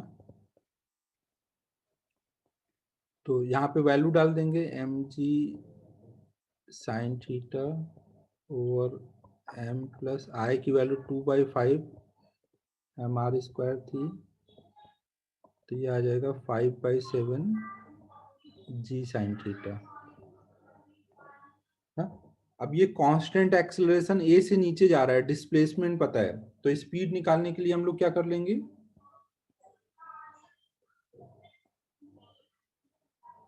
स्पीड निकालने के लिए हम लोग v square equal to u square plus 2as लगा सकते हैं। इस रेस्ट से छोड़ा गया था ना, a की वैल्यू कितनी है 5/7 g sine theta into displacement, displacement कितना है h by sine theta.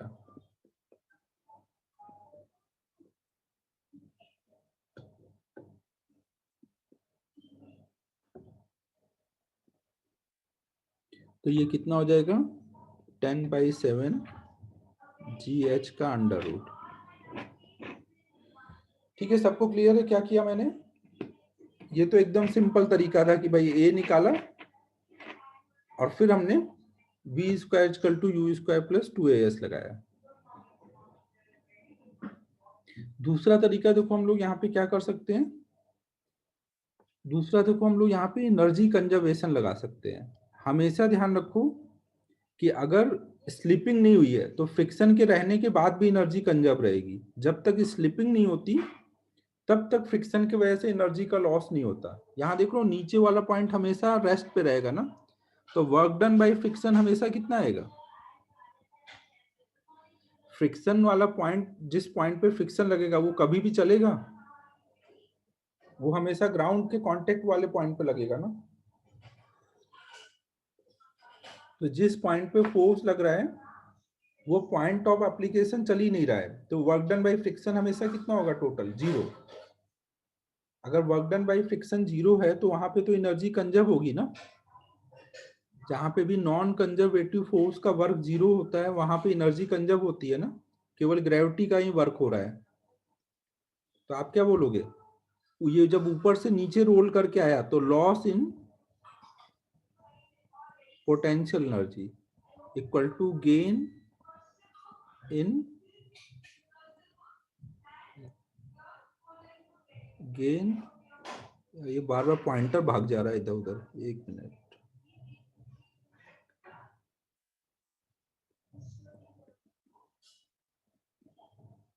Gain, अरे यार करना भाई सही,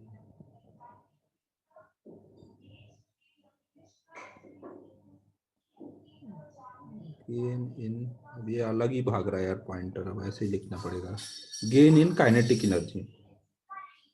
ठीक है, समझ रहे हो। लॉस कितने का हुआ, ये यहां से यहां आया तो कितने का लॉस हुआ, mgh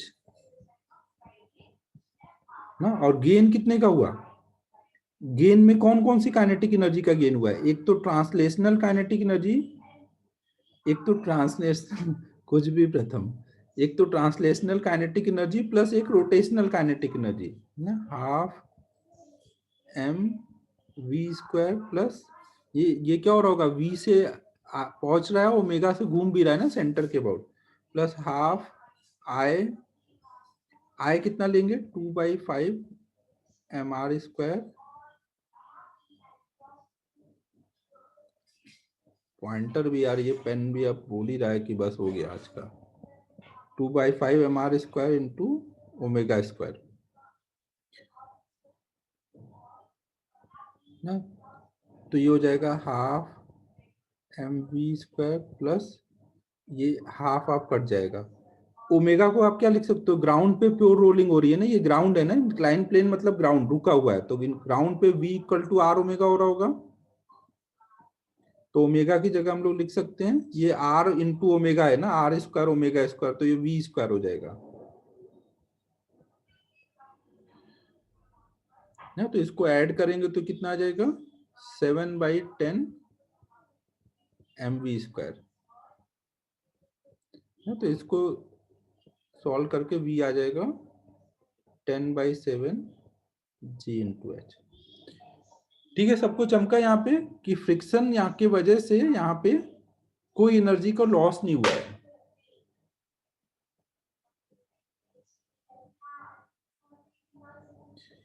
ठीक है, अब थोड़ा होमवर्क दे देता हूँ, 2 मिनट।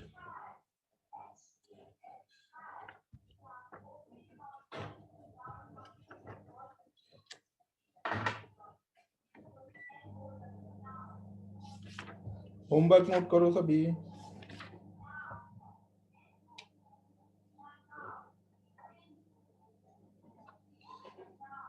थोड़ा ही दे रहा हूँ, थोड़ा ही दे रहा हूँ। इलस्ट्रेशन 20,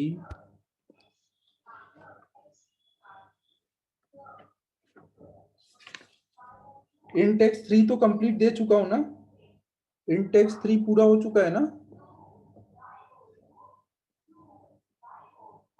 लैग आ रहा है क्या,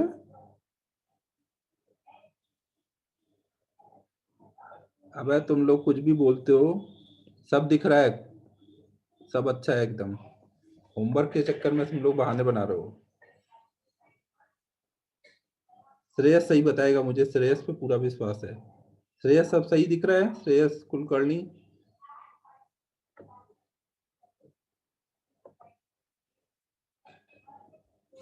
श्रेयस बोलो जल्दी।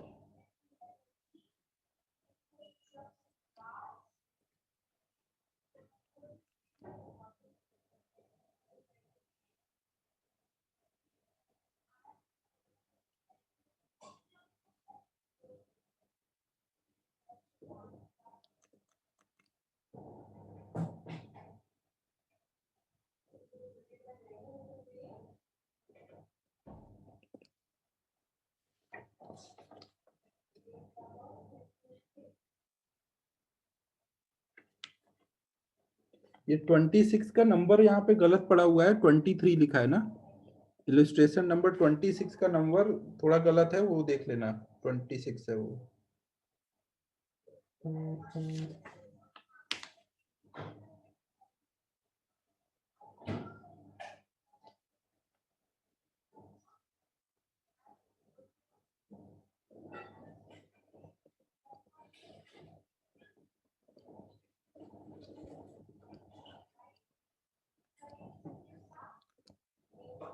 इंटेक्स एक्सरसाइज 4 कंप्लीट कर लेना।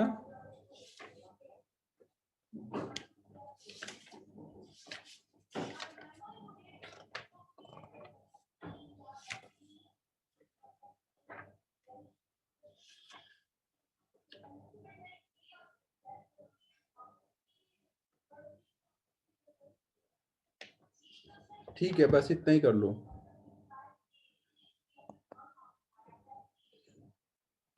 Bye sir. Bye bye bye bye.